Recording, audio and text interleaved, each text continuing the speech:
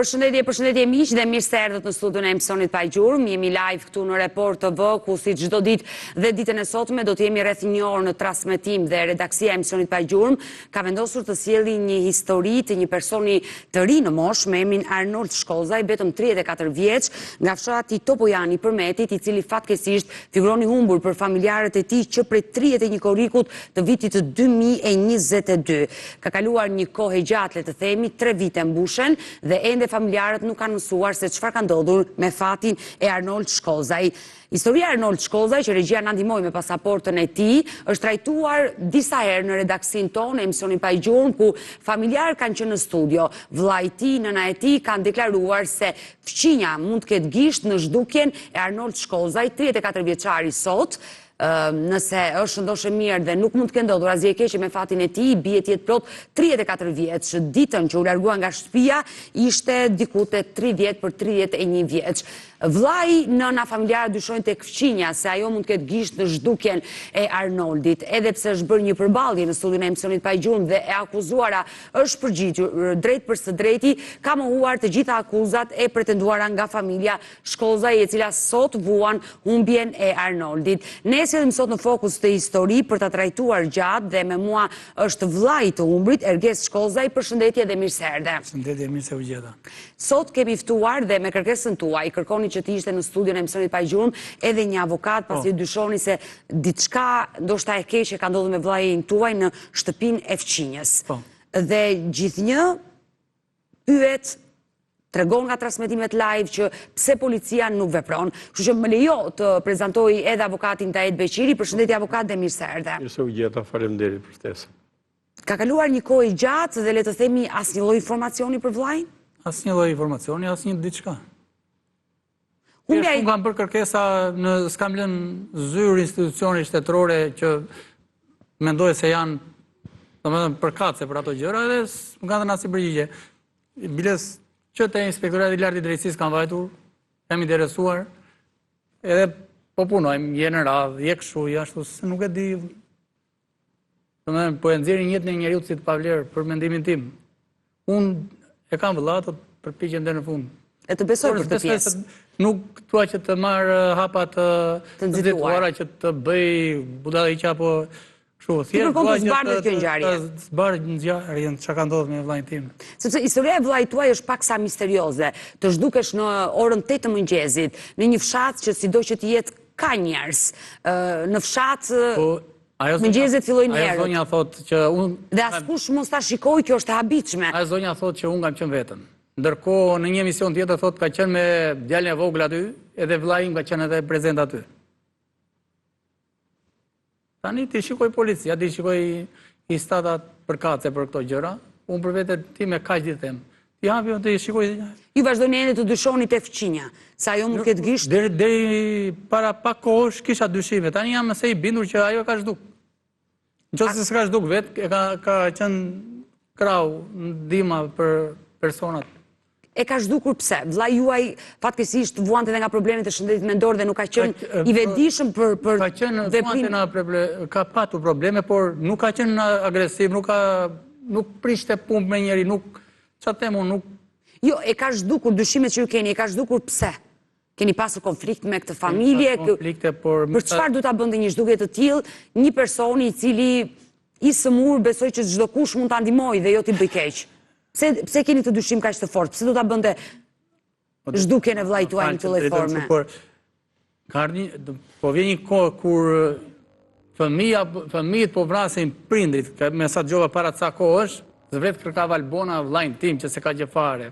Thjesht një diçka të rastit, ku di që unë, ose mund të ketë ngel dorë, edhe kjo ka qenë arsyeja. Dhe më pas mund të jetë fshehur trupi. Kjo është dyshimi i familjes tuaj. Kjo është dyshimi im, edhe tjetër është që prokuroria e Gjirokastës nuk nxjerr dot bisedat, përgjimet. Nuk ka, ku dëgjoj, nuk ka ato të duhurat. Për telefonin, po flasim për telefonin e të dyshuarës. Nuk ka kompjutra për të gjetur bisedat, nuk i bën transkripsimin dot atyre gjërave. që ato mund të merren nga kompania avokat, nga kompania e celularit që mund të disponoj zonja dhe mund të zbulohen fare kollaj telefonata dhe mesazhet e fundit. Diku flasi fëmijët e saj që mund të kaloj policia e mund ta prishi punë. Por se për çfarë flasi policia edhe prokuroria nuk e din sepse nuk kanë mjetet e dhura për ta zbuluar për çfarë. Por do na i tregosh të gjithë edhe këtë pjesë të hetimeve nga prokuroria e Gjirokastrës, por më lejo fillimisht i dashur Erges të jap një material, një kronik që ne kemi përgatitur për vllain tuaj, Arnold Shkozaj, 34 vjeçari, i cili figuron i humbur për familjen e tij më 31 korrik të vitit 2022. Ndjekim të material dhe rikthehemi në studio.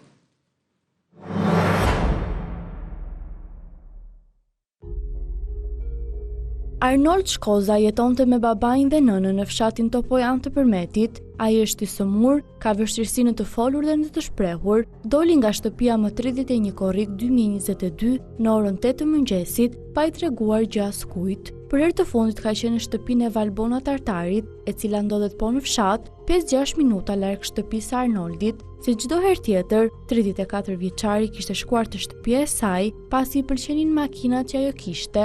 Ndryshe nga herët e tjera, ajo nuk i kishte treguar familjes së Arnoldi, ndodhej te shtëpia e saj, ku ajo banonte me vjerën, 2 fëmijët dhe burrin. Valbona e kishte përcjell në orën 8:30 në ish fushën e futbollit në Pojan dhe më pas është larguar pa njoftuar askënd, duke e lënë kështu vetëm 34 vjeçarin. Familjarët ka bërë denoncim në polici dhe kanë bërë kërkime në mënyrë private, po deri tani asgjë.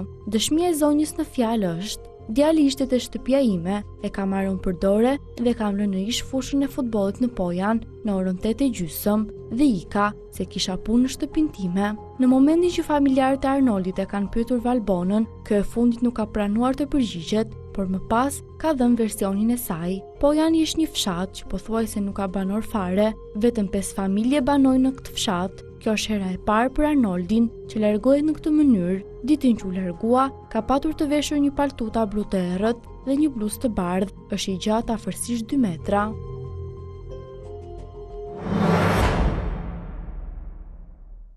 Kjo është historia e Erges Rapaj dashur miq, dhe ditën e sotme do të flasim për humbjen zhdukjen e këtij 34 vjeçari nga Përmeti, i cili fatkeqësisht figuron në humbur për familjen e tij përpara 3 viteve dhe ende nuk është gjetur një shënjete për Arnold Shkozaj. Ndërkohë, avokat, dua ta nis me ju në fakt, sepse e kërkoi Ergesti ditën e sotme që të ishit në studio, kishte nevojë të ishte prezenca juaj në studio, sepse ai dyshon për një krim që ka ndodhur dhe është fshehur dhe më pas trupi nuk dihet se ku mund të jetë groposur. Kështu dyshojnë familjarët, pra nuk kanë asnjë lloj shprese se vllai i tij, pra vetë Ergesi, mund të jetë gjallë dhe ndodhet diku. Janë historira të mistershme, është bërë një përballje, por zonja ka mohuar gjithçka. Ajo që bën të dyshojë Ergesi është që zonja, ma kujtohemi Valbona Tartari, ka qenë e ftuar në program dhe është përballur me familjarë dhe ka deklaruar se atë ditë ka qenë e vetme kur Ergesi ishte në shtëpinë e saj. Kurse në një program tjetër, Arnoldi, më fali, ndërsa në një program tjetër është shprehur se atë ditë ka qenë me të birin në shtëpi, kur Arnoldi ka shkuar, ka ndetur një orë dhe më pas ajo ka përcjell dhe nuk dihet çfarë ka ndodhur. Po ajo që mua më bën abir që ora 8 e mëngjesit, kur ka ndodhur ngjarja që ka humbur 34 vjeçari, ka patur njerëz të fshat, askush nuk e pa. Familja pretendon se ai u fut brenda asaj porte dhe nuk doli më kurr. Një pyetje, kjo ka 2 djemë, thatë juve? Po, 2 djemë. Si janë marrë asnjë në pyetje këta? Po këta djemë çfarë moshe kanë? Po këta duhet janë mbi 25 vjeç. Të rritur në moshë. Tani ka një problem Odeta, unë e pash pak vendimin edhe është një çështje që është pezulluar. Momentalisht është pezulluar. pezulluar. Janë pezulluar hetime. Domethënë, ka ndodhur një ngjarje në Korrik, siç e evidentuat edhe juve, dhe kanë vazhduar hetimet deri në nëntor. Po. Janë pyetur shumë dëshmitare të tjera dhe janë vënë në përgjigje faktikisht edhe vetë kjo që dyshohej. Zonja Valbona. Valbona edhe djemtë e saj janë vënë në përgjigje ata në një periudhë kohe.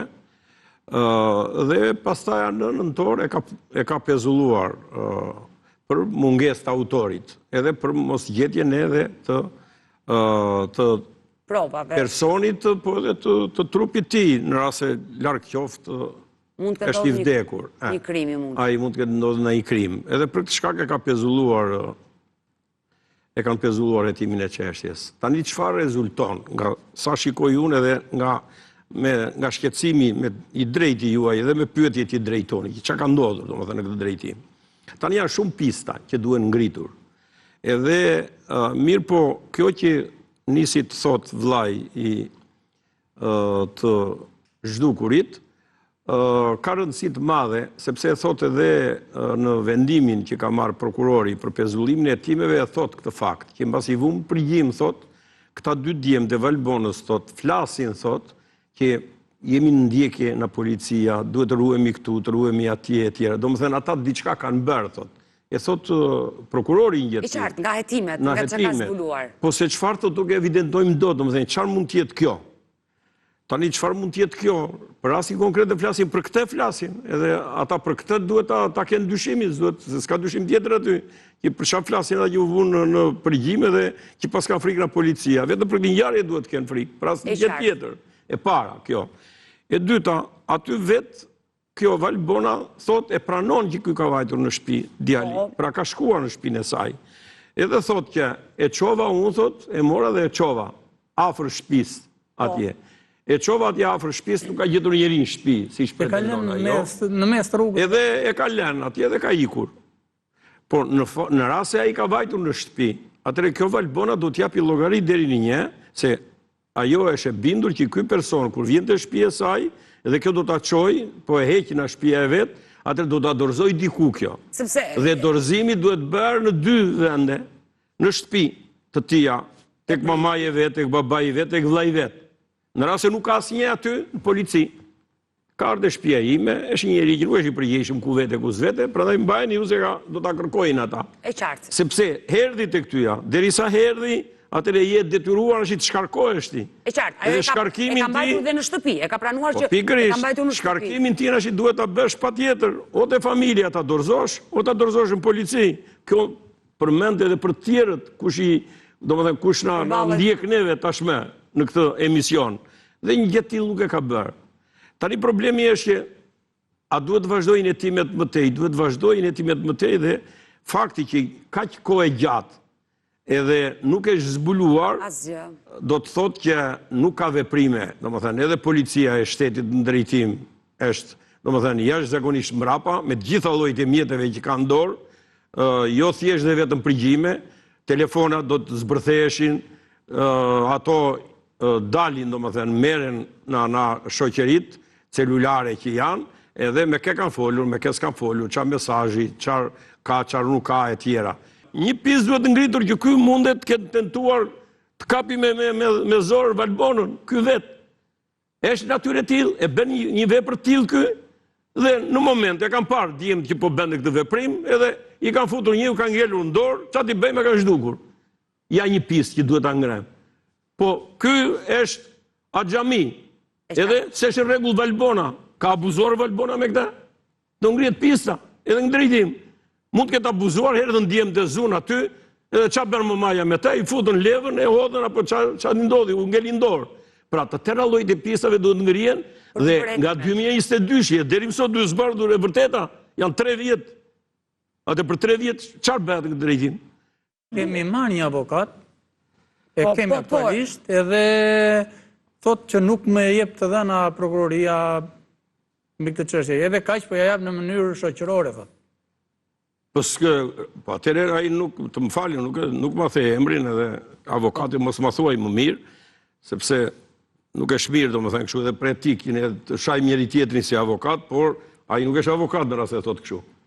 Avokati i di, domethënë e di e njeh mirë shumë kodin e procedurës penale dhe çfarë detyra edhe të drejta ka, rrjedhur nga viktima në të qenurit e personit viktimë e krimit, edhe mbrojtës ligjor i viktimës krimit.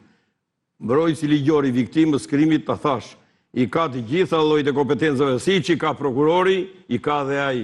Ka të drejta kërkoj dosjen komplet, nemi çka ke bërë deri tani veprime hetimore, çka janë sekret mbaj ti, por të tjerat çfarë hetimi ke bërë, çfarë nuk ke bërë, çka ka dalë në përgjime, çfarë nuk ka dalë, çka ke zbardhur, çfarë nuk ke zbardhur e tjera, nemi aktet mua.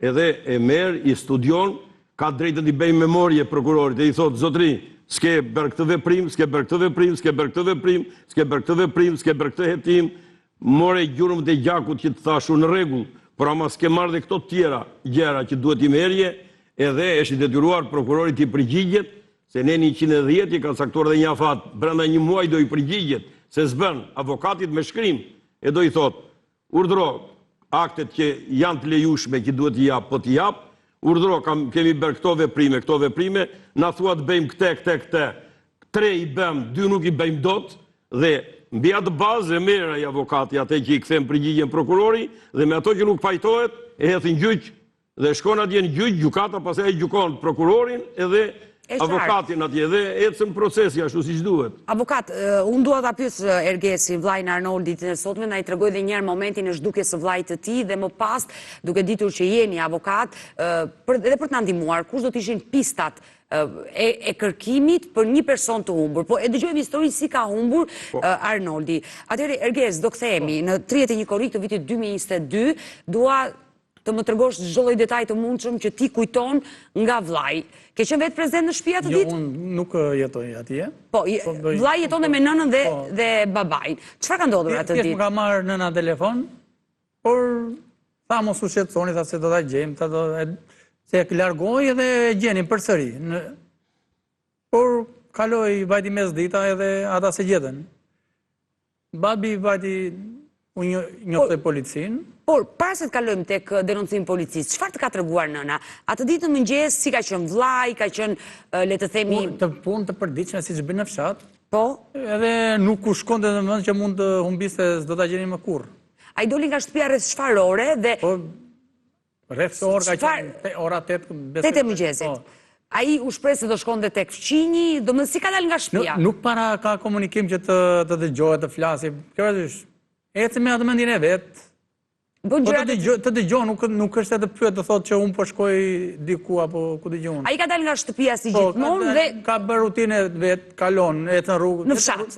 Vetëm rrugës madhe ecën, ku ka rrugë të gjerë, jo rrugicave, që të bjerë apo të vritet. E qartë, atë ditë ju çfarë keni mësuar? Çfarë rrugë ka përshkruar dhe si ka mbritur tek fqinja? Dhe ka qenë fqinja ajo që ka deklaruar e para që ka qenë tek mua? Neve nuk dinim gjë fare. Si kishte dalë nga shtëpia dhe ku kishte shkuar? Po, se ku kishte shkuar thjesht. Këtë ka dëshmuar vetëm Albona, edhe sot që flasim, vetëm kjo na ka thënë që ka qenë dhe unë. Edhe këtë nuk ja ka thënë mamit direkt, ja ka thënë burrit hallës time, në telefon. Po shti, në fshati është i vogël, kur humb një njerëz të gjithë njerëzit e marrin vesh dhe të gjithë njerëzit dalin në ndihmojnë. Sepse ju kërkoni dhe këtë radhë ka ndodhur kështu, sepse ajo gjithmonë ka ndjekur rrugën e drejtë. I ka vetë mamas direkt, e ka marrë telefon, e ka njoftuar. Po ku vindet, kush ishin vendet e preferuara ku shkonde? Te shtëpia kësaj shkonde. Vetëm aty s'vjen në shtëpi tjetër? Jo, nuk shkonde me shtëpi tjetër. Vetëm afër shtëpisë kësaj rrinte, kjo ka patur një makinë atje përpara shtëpisë. Kjo? Edhe vetëm atë ka patur si rrugë. Le të themi, shkonde në shtëpi, zonja... Shkonde mbanin në shtëpi, afronin. Po pra, zonja e ka dashur, e ka afruar, le të themi. Po, e afronin të shtëpia. Është kujdesur për të.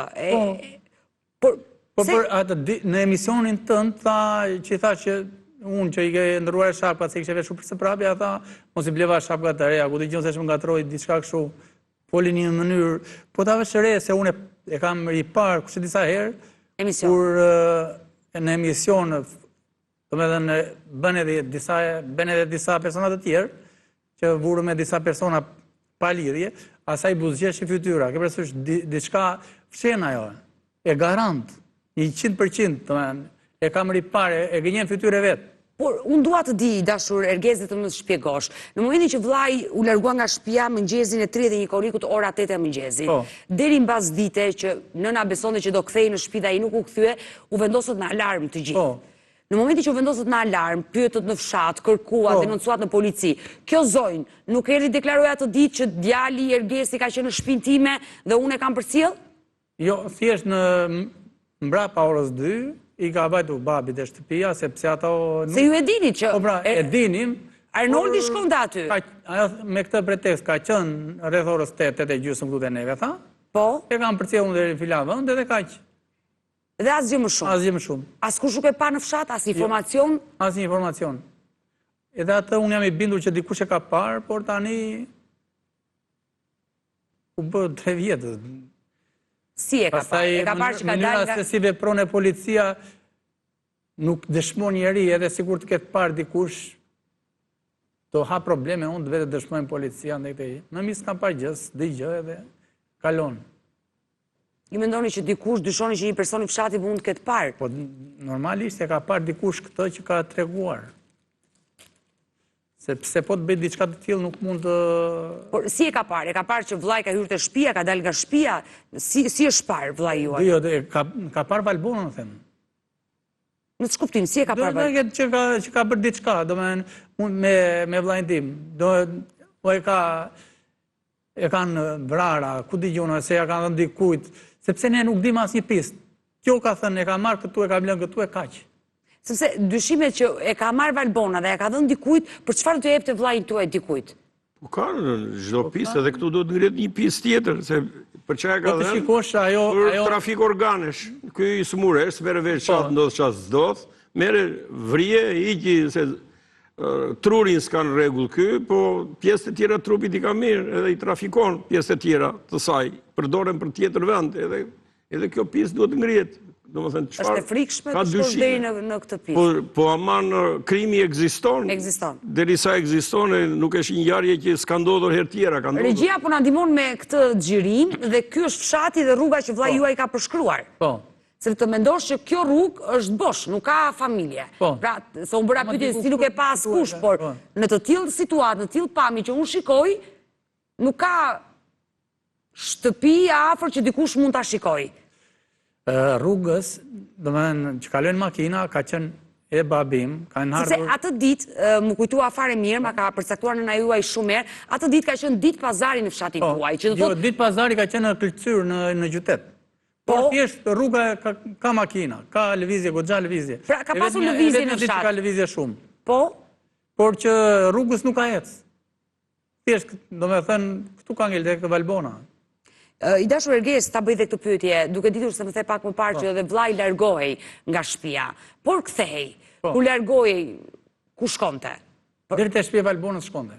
Më larg jo, nuk dilte nga fshati, nuk ka dalë asnjëherë nga fshati. Nuk dilte nga fshati. E ke menduar që ndoshta për shkak të problemeve të shëndetit të tij, mund të ketë marrë rrugën, s'dihet ku ka shkuar, ka ecur me orë të tëra, mund të ngelur në pyll, mund të ketë ndodhur diçka dhe fatale me... Ne kemi kërkuar, kështu si thoi ti. Mund të ketë rëndiku, mund të ketë thëmur, mund të ketë rënë rrugës, sa ku dëgjon, e kemi kërkuar, por pas disa ditësh, Valbona vetë ka fol me maman time dhe i ka shprehu disa gjëra tjera që, da bëra mirë, i ka thënë. Dile si janë edhe ditë... Si, thuaj këto, qaj ka thënë fjalë për fjalë? Qaj ka thënë? Do shta fjalë për fjalë jo, por të kuptojmë idenë, çfarë i ka thënë? Në tyre, në çdo drejtimi ka folur, që ja kam bërë mirë. Për çfarë arsye? Ja do ta shikoj këtu që mos t'i bijem në hake të tjerëve, sepse i ka thënë që... Ndërkohë që të mundohem ta gjej unë pjesën ku është mbajtur edhe përgjatë marrjes në pyetjet zonjës Valbona. Ku ishte? Valbona, çfarë i ka thënë nënës tuaj? I ka thënë nuk u ngope me kaq, po do dhe një tjetër, i ka thënë. Një diçka të tillë. Si nuk u ngope me kaq? Në muajin shtator, domethënë i ka thënë që nuk u ngope me kaq, po do dhe një tjetër, i ka thënë. E kemi dhe aty të afishuar. Në kuptimi që... Nuk u ngope me zhdukjen e njëri fëmijë, po do tjetër? Po. Edhe djali vet i ka thënë që ta bëri mirë mamaja që ta tektisi, djali i madh i Valbonës. I kemi aty të... Në dëshmi që ka dhënë nëna juaj, e qartë. Atë po gjej. Pra, edhe djali vogël është shprehur... Djali i madh, nënës tuaj zonjës Fatushe që... Ta bëri mirë mamaja ime që ta tektisi. Ti s'ke qenë zonja ta mbaj, i ka thënë. Shko, mamaja ime, familja ime, e kemi mbajtur 31 vite. Nuk kemi pat probleme, nuk jemi ankuar njeriu që kemi... Jo, e qartë, e qartë. Ne as jemi... Nuk kemi kërkuar në tim të askush. E kemi mbajt vetë. Sepse vetë personat e familjes tartare që janë marrë në pyetje kanë deklaruar që Arnoldi ka ardhur në shtëpinë tonë, por kohët e fundit vinte më rrallë, një herë në 15 ditë. Po të shikosh dëshminë atyre, dëshmia është e njëjtë. Ulesh vetëm në një vend në obor dhe nuk lëvizte.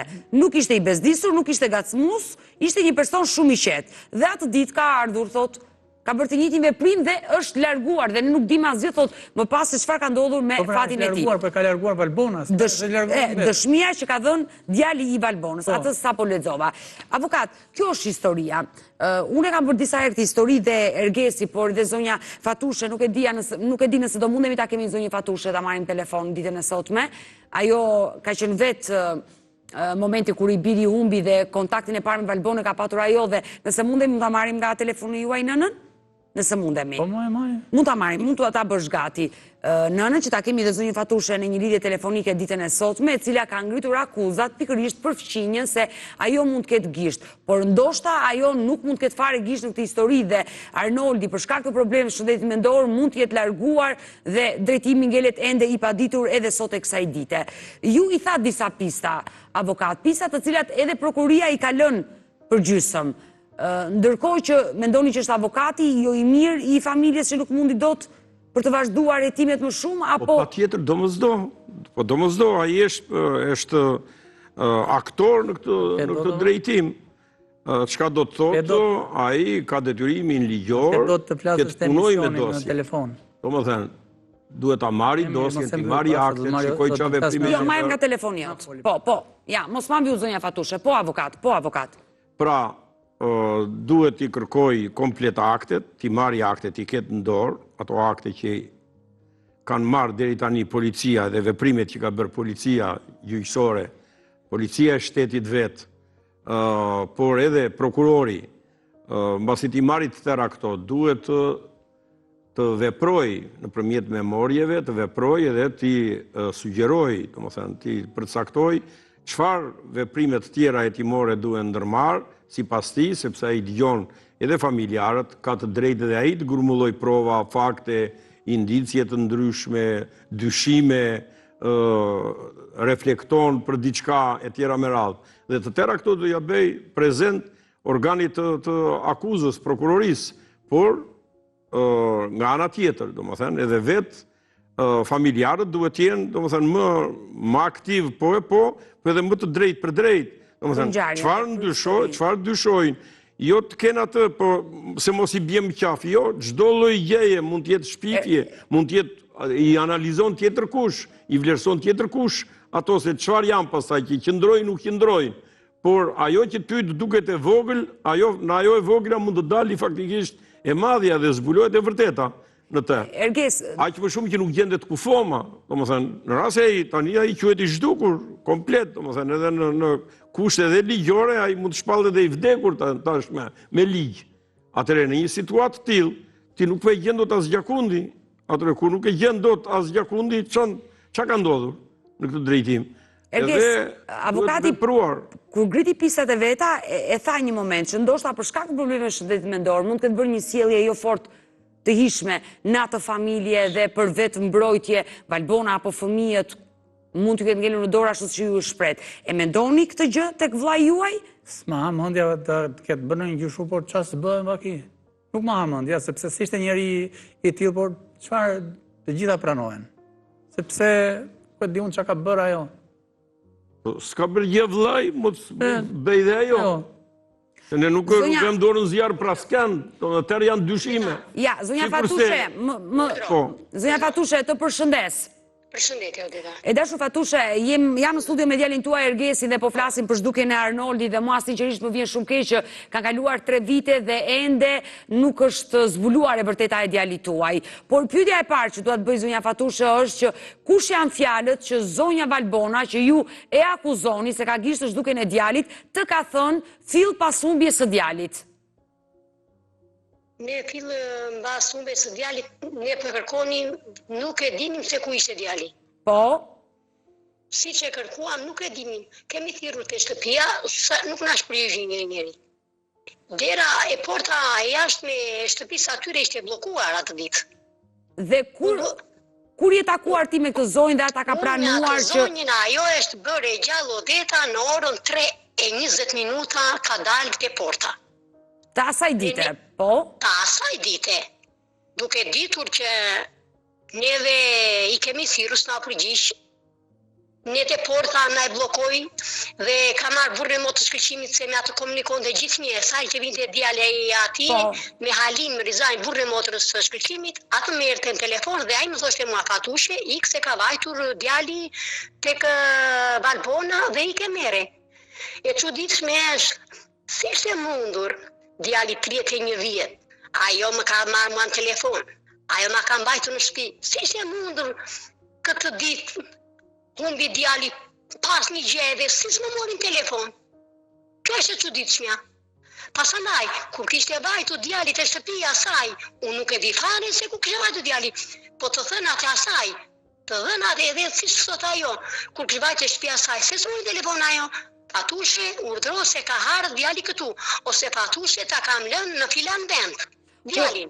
Atë ditë pas orës 3, ti e ke takuar porta u hap, çfarë të ka thënë? Ajo ka thënë, unë gjërsa e pash atë që hapi portën, unë më fut dyshimi, jo 99%, po mbi 100% përse? Përse do thuash ti? Sepse e kështë blokuar, përse unë i thash, ti sa herë që ka ardhur Arnoldi këtu, dua të di nga ty, ti e ke mbajtur këtu, ma ke dhe mua, a i ke lënë së rrugës. Ajo së përgjigj fare, kurse i shoqja asaj u ka thënë, Fatushe ke të drejtë. Prandaj unë të akuzoj, ti do kesh bërë një gjë, o të kesh vrarë djalin, o të kesh nukur djalin timi, thashun. Se këto janë dy rrugë, thashun. O e ke vrarë djalin, të hervi te makina, e të bezdisi, ose të hervi në shtëpi dhe të bezdisi, dhe s'kishe rrugë tjetër, edhe zhduke e eliminove. Këto janë, gjë tjetër s'ka, Odeta. Më vjen, nuk ka asnjë gjë tjetër, Odeta, nuk ishte fëmijë që thikte, Odeta. Ja dëgjoj një pyetje. Po, avokat. Dëgjoj një pyetje. Në çfarë ore pretendon Valbona që e ka sjell djalin edhe e ka lënë diku, në cilën orë? Zotri avokat, ajo si pas pretendimeve të asaj, si pas lafjet të asaj, ajo thot e kam lënë në orën 8:36 minuta. Po, juve kur fillua ta kërkonit djalin? Ne kemi filluar mbas orës 9. Në cilën orë vajtët juve tek shtëpia e Valbonës? Po. Kur? Ka vajtur burri përpara, shkëlqim. Kur? Çfarë ore?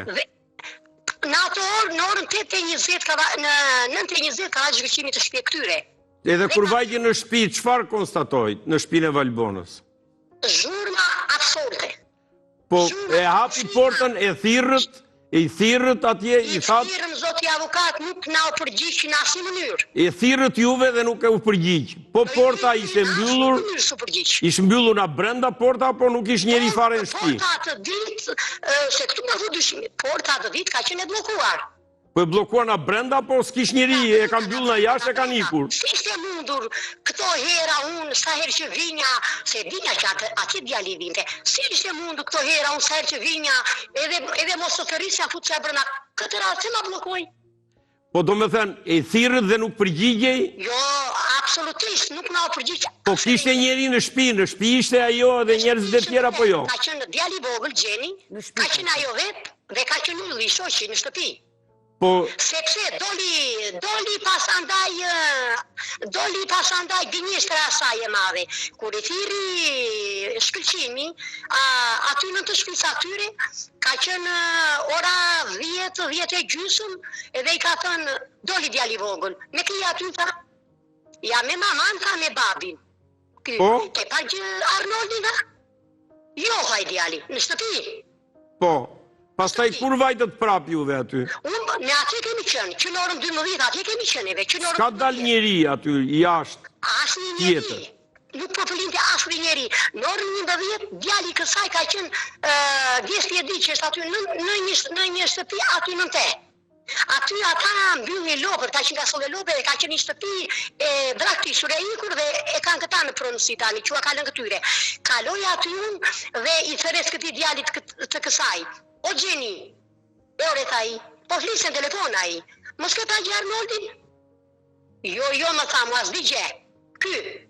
Kur u dha spjegimet Valbona juve pastaj që të thot që e mora, e kam prur afër shtëpisë, e lash atje, se ka ardhur mëngjes këtu. Kur ka thënë ajo, në orën 4-5 ore, zote avokat. Po si tha në orën 4-5, vajtët ju prap, apo herdhi ajo a tha këto gjëra në shtëpi? Referotu në shtëpinjeve, ajo në orën 3:20 minuta është bërë gjallë ka hapur portën. Do me thënë në shpinë e vetë u a tha këto fjalë? Në shtëpinë e saj, po. Djali tha, djali ishte këtu, tha, ishte te makina, tha, e mora nga makina, tha, e hoqa, e qova në shtëpi, tha, i dhash 2 karamele, lafet e saj, ti gjithë shka për djali. Po. I dhash 2 karamele, tha, karamelit si hangri, tha, i ka futur në gjepta. I ra në gjepi, tha, pastaj ja futa në gjepta. Pasandaj ndërova dhe shapka, ta se ki shapka të grisura, tha. Pasandaj, tha, e mora, tha, drejtu, tha, më hodhi dorën e qarsa dhe e lash, si shtot ajo, Petr Nafila, tek ish fusha e shkodin E qartë. E dashu Fatushe, por pasi ngjarja u bë e madhe dhe policia i ka marrë në pyetje, le të themi nisi një konflikt mes jush dhe kësaj familje. Çfarë ka shprehur Fatushja dhe fëmijët e saj? Më falni, zonja Valbona dhe fëmijët e saj. Kuptova veta për Valbona, dëgjoj veta, se ne këtu filloi dyshimi pastaj dhe jo dyshimi, këtu filloi pasandaj ajo që ka bërë një veprim, ajo ka bërë një krim në atë djalin ton. Do thoshi pse? Ne që 10 ditë lagesisht aty kanë kociduar, kanë harru vëllezrit ata niprit e mi, nga Greqia, dhe vëllezrit kemi kontrolluar ditën e nesme këtë punë, kemi kontrolluar ditën e nesme. S'kemi lënë as për rrua, as lumë s'ka këtej, po as për rrua, as ledhe, as orës do punë të tokë se kemi kontrolluar. Dhe kjo tani, se këtu tani, mbas 12 dite unë kam ikur nga shtëpitë e vjetra të plaku dhe të pleqve të mi dhe kam ardhur te Shpitera dhe takoj këtë zonjën, për nash kriminali ajo. E kam takuar aty, i kam thënë, ka 12 ditë nuk po të bezis djalit e makina. Më tha, pse ma thoj këte? I thash, po që bë djali, thashun? Që bë djali, thashun? Moj më tha mua, nuk të dojnë ai një ty, më dojnë një tjetër? Që zlaj ti, moj, thashun? Keni dijeni juve, policia ka vajtur në shtëpinë e saj, ka bërë kontroll, atje në shtëpi brenda, kanë bërë fotografime e tjera? Zotë jabo, kur kanë bërë ata, kur ka filluar në shtatore, kanë bërë atë punë ata. Pra nga ku del shtator nuk është bërë asgjë në shtator. Kur njoftuat policinë juve? Kur njoftuat policinë juve? Fatushe, denoncim polici kur e keni bërë për humbjen e djalit? Qatë moment kemi bërë, po tha do kaloj 24 orë, qatë dhe e qartë, që të shpallet i humbur dhe më pas nisin kërkimet. Po ja thatë atje që ka qenë për herë të fundit e shtëpia e Valbonës policisë, kur për kallëzimi. Ajo ka pranuar vetë atë që djalin e ka kapur me dorë, po miro tani. Po policia themun pastaj vajti me njerë në shtëpinë e tyre, sa mori kallëzimin, vajti? Jo, të nesër mbas 2 ditë policia. Nuk ishte as dyshime policia. E qartë, zonja Fatushe, gjithsesi të mora pikërisht vetëm na sqaroj këtë pjesë sepse Ergesi nuk ka qenë prezent ditën ku ka humbur. Dhe tjetër, Odeta, unë ta kam thënë një përpara aty, kur më ka thënë djali asaj, ti në 3 shtator, ta kam thënë njërë ty që ta, i thash unë, haule ke a doli na një për djalin, mi ka thënë Martini, djalit kësaja. Të Valbonës, po. Po, më ka thënë, djal do ti më tha mua, ti s'gjedhe zoja ta mbanje, ta bëri mirë mama ime, ta degdisi. Në moment ka marrë policinë. Po policia është kjo. Policia nuk e ka thirrur atë ditë të shtunën, policia e ka thirrur ditën e martë. Mbas 3 dite. Po këtu është dyshimi, jo dyshimi. Për mua ajo është akuzuar 100%. E dashu Fatushe, unë uroj të zbardh, kjo e vërtet dhe sinqerisht më vjen keq për historinë e djalit tuaj. Gjithsesi ne do mbetemi në kontakt e dashu Fatushe, të falenderoj. Faleminderit. Sepse po shkojmë dhe drejt fundit. Kjo është situata, avokat, se nëna e sqaroj më shumë detaje. Me njëherë duhet të avinin lëvizja të avokatin ka keni, në rast se ai avokat, do më thënë, derisa nuk arrin të marrë aktet, nëse nuk ka bërë asnjë lloj veprimi, se po të ketë bërë veprime duhet i keni juve, çfarë veprimi ka bërë ai, çfarë kontakte ka patur zyrtare me policinë, me prokurorinë e tjera, çfarë materiali ka marrë ai që andeja. Jo që u vinë juve, se ty të ka ardhur i vendimi i pezullimit, jo të vi vetëm vendimi i pezullimit. Edhe kur vje vendimi i pezullimit, ka drejt ankimoj avokatin i gjukat të qoja të vendim, edhe të mos pajtohet me te, edhe të thot pse pezullon, kur s'ke bërë këtë veprim, s'ke bërë këtë veprim, s'ke bërë këtë veprim, s'ke bërë këtë veprim, s'ka ke bërë për këtë qeshtje në këtë aspekt e tjera me radhë. Edhe nuk e lejon, do më thënë që të pezullohet qeshtja, dhe e shkyrtojnë gjukata, edhe pastaj gjukata i jep detyra prokurorisë, edhe i thot, vazhdo hetimin këtu ja përcakton edhe afatin bile brenda sa kohë duhet i bëj tëra të llojit e veprave që nuk i ka bërë. Të rihapen hetimet dhe të zbulohet kjo e vërtet.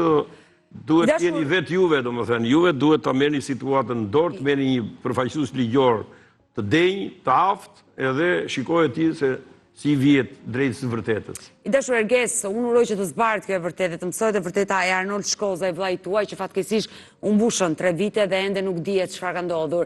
Dua ta mbyllim me një mesazh. Besoj që ditën e sotme ti ke një mesazh për institucionet shtetërore, për banorët që kërkon ndihmë, dikush që ka parë që vë anonim të lidhet me ne. Për të parë, po ta kishte parë dikush do na kishte thënë, biles vetëm na institucionet shtetërore kërkojnë, na gjykata, na prokuroria, që janë këto. S'po veprojmë pra. Veta atje kam nis një vendim, kam bërë ankesë tek Inspektorati i Lartë i Drejtësisë. Dhe jo më larg se 2 muaj, 3 muaj vajta përsëri personalisht. E më thanë që jemi në shqyrtim. I bie... Gjithsesi, më lejoj që edhe unë të bëj një thirrje për të gjithë banorët. Pasha të gjithë ka kthyer ata të Inspektoratit të Lartë Drejtësisë, po kur ta shqyrtojnë ata ka vajtur bari majt qellit. Pse? Sepse ata i marrin avash të bëhet shelegu dashton ata, po problemi është që ajo nuk ka nevojë të marrin masa ata, se ti nuk do gjithë merret masa për prokurorin që nuk po e heton mirë e tjera me radhë. Ata me njerë, nëpërmjet Këshillit lartë prokurorisë dhe prokurorit përgjithshëm, ata me 2 rreshta i thonë, more, e zhdukur, ka kaq vjet, çfarë bëni? Vetëm kaq, me shkres, edhe vjet lëvizje, pastaj ai prokurori atje punon. Por këta, ish prokurori të çështë, do piqet e do digjet edhe kanë vdekur ata, as KLP, as KLG, as ILD, nuk ka ky vend. Rrogat i marrin a neve, i marrin më mirë. Por kjo është fatkeqësi. Mirë, Erges, ma lejo ta mbyll me një mesazh për të përthirrje gjithë banorëve të Topo janë Përmetit, kushdo që mund të ditë të vërtetën për 34 vjeçarin e humbur Arnold Shkoza, që mund të ketë parë diçka, qoftë dhe anonim, ne sigurojmë anonimatin, të na telefonojë për ta zbardhur këtë të vërtetë. Unë vazhdimisht jap kontaktet tona, 2 numra në dispozicion, një numër fiks dhe një numër celular që ndodhet poshtë ekranit tuaj, por mund të na shkruani dhe në faqen tonë të Facebookut Pa Gjurmë Report TV. Mirë, do të kalojmë në reklama, rikthehemi bashkë në pjesën e dytë.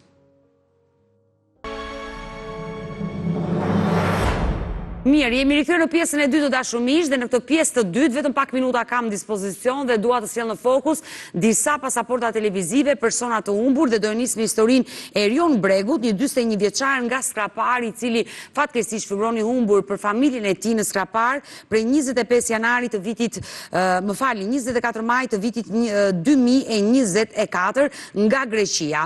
Regjia na ndihmoi me pasaportën e Erion Bregut, babai i 2 djemve, i cili ishte nisur drejt Greqisë në Kalamata, aty ku punonte me periudha të shkurtra sezonale. Kontaktet ka pasur të rregullta me familjen dhe për herë të fundit ka folur me vllain e tij në 24 maj të vitit kaluar. Është mbushur një vit dhe ende nuk dihet se çfarë ka ndodhur me Erion Bregun, por çfarë dyshon familja e tij? Unë dua të prezantoj një material dhe rikthehemi në studio.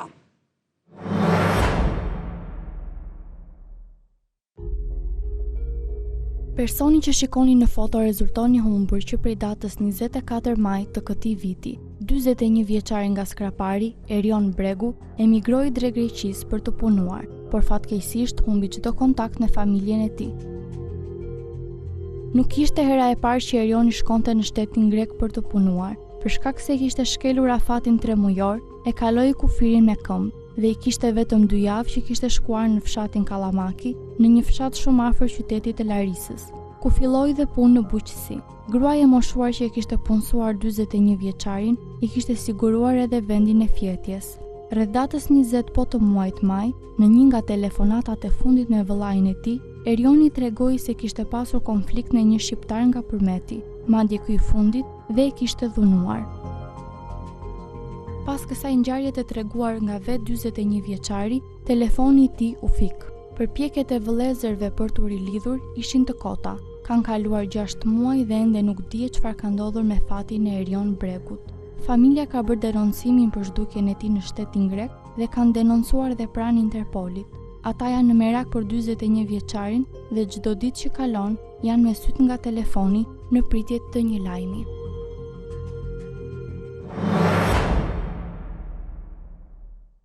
Kjo është historia e Erion Bregu, dashur miq, I cili ka treguar në telefonatën e fundit të dy vëllezërve se ka pasur konflikte me kolegun e tij të punës, njëri nga zona e Përmetit. Por vetëm kaq kanë mësuar vëllezërit dhe më pas telefoni I tij rezultoi I fikur dhe nga ai moment, prej datës 24 maj të vitit kaluar, nuk dihet se çfarë ka ndodhur me fatin e Erion Bregut. Kushdo që e njeh këtë histori, kushdo që ka informacion, është I lutur qoftë anonim të lidhet me studion e emisionit pa gjurmë. Mirë, dua të shkëputem në këto momente për të kaluar në një klip, bëhet fjalë për një suplement ushqimor I cili quhet Prostatol, dashur miq, është destinuar vetëm për popullatën e rritur mashkullore, e cila ndihmon në problemet e prostatës, kështu që njihuni me Prostatolin dhe rikthehemi sërish bashkë live. Mirë, jemi sërish bashkë live për të vazhduar me historinë e radhës. Do të jemi në kërkim të Luljeta Memçaj, një 44 vjeçare sot nga Prizreni, që ka humbur kontaktet me familjen e saj në vitin 1999 nga Shqipëria. Ka qenë viti I luftës në Kosovë, ku gjithë kosovarët, shqiptarët nga Kosova, erdhën dhe kërkuan strehim në Shqipëri dhe Luljeta erdhi së bashku me familjen e saj dhe u vendos në Elbasan, ku ajo donte të bashkohesh me të fejuarin atë kohë I cili jetonte në Gjermani dhe prindrit vendosën që nëpërmjet disa personave ta përcjellnin vajzën e tyre në atë kohë 18 vjeçare nga Vlora me gomone drejt Italisë. Ajo u nis, por nuk dihet nëse ka mbritur apo diçka e keqe mund të ndodhur me fatin e Luljeta Memçaj. Unë dua të prezantoj një histori që ne kemi përgatitur për të dhe rikthehemi në studio.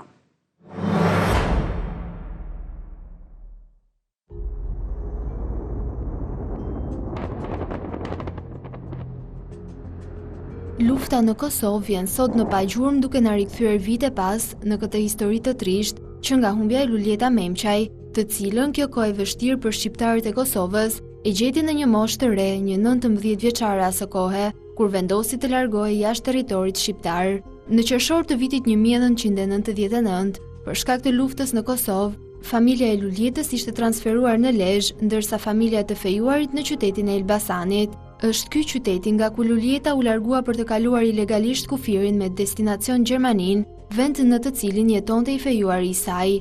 Që nga dita që doli nga shtëpia për të nisur drejt Gjermanisë, familjarët kanë humbur të gjitha kontaktet me të. Sipas familjarëve, mësohet se ajo ka qëndruar për afro 2 javë tek shtëpia e të fejuarit në qytetin e Elbasanit. Destinacioni I radhës do të ishte Vlora, nga ku qëllimi ishte të nisej me skaf drejt Italisë, me destinacion final Gjermanin. Në kërkimet e tyre, familjarët kanë mundur të mësojnë se gjatë 2 javëve që vajza e tyre Luljeta ndodhej në Elbasan, është shoqëruar nga 2 persona. Ata thonë se në këtë histori është përfshirë edhe një person I tretë nga fshati Atmaq I Prizrenit, I cili bënte rolin e ndërmjetësit që mundësonin kalimin ilegal jashtë territorit shqiptar. Vjeri I Luljetës I ka dhënë para njërit prej personave si ndërmjetësues të këtij trafiku ilegal. Ky I fundit një muaj më vonë I kthen parat, duke I pohuar se gomonja nuk ishte nisur për në Itali.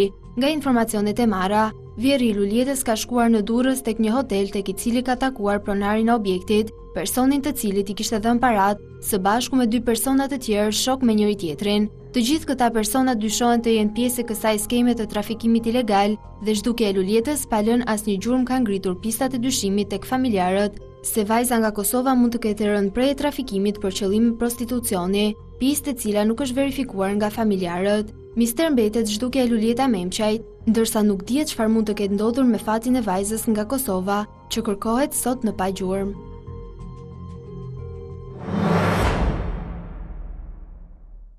Kjo është historia e Luljeta Memçaj, dashur miq, 18 vjeçaria e asaj kohe, shqiptare nga Kosova, e cila u zhduk në rrethana misterioze nga Shqipëria. Kushdo që ka udhëtuar atë mbrëmje qershorit të vitit 1999 me gomone drejt Italisë dhe kushdo që mund ta ketë njohur Luljeta Memçaj, kushdo që ka informacion qoftë anonim të lidhet me ne, pasi është një histori vërtet e dhimbshme e një 18 vjeçare të zhdukur, të humbur, që kanë kaluar kaq shumë vite dhe janë plot 26 vite. Dhe urojmë që ajo të jetë mirë, të jetë një jetë, këtë vazhduar jetën e saj dhe Luljeta I bie që sot jetë plot 44 vjeç. Unë uroj dhe shpresoj që të gjitha këto histori që prezantuam ditën e sotme nga Arnold Shkozaj dhe deri te Luljeta Memçaj, të marrim informacione, të marrim lajme të mira, kështu që gjithnjë kemi besim te teleshikuesit, ata që na ndihmojnë e theksoj qoftë anonim me informacione për këta persona të zhdukur. Kemi ardhur në fund edhe përmes ditën e sotme. Unë ju falenderoj që ndrohet me mua deri në fund të programit. Ne bashkë do ritakohemi sërish, ju e dini që pagjurmë vjen çdo ditë nga Hëna në të premte, live ora 16 këtu në ekranin e Report TV. Bashkë mirupafshim.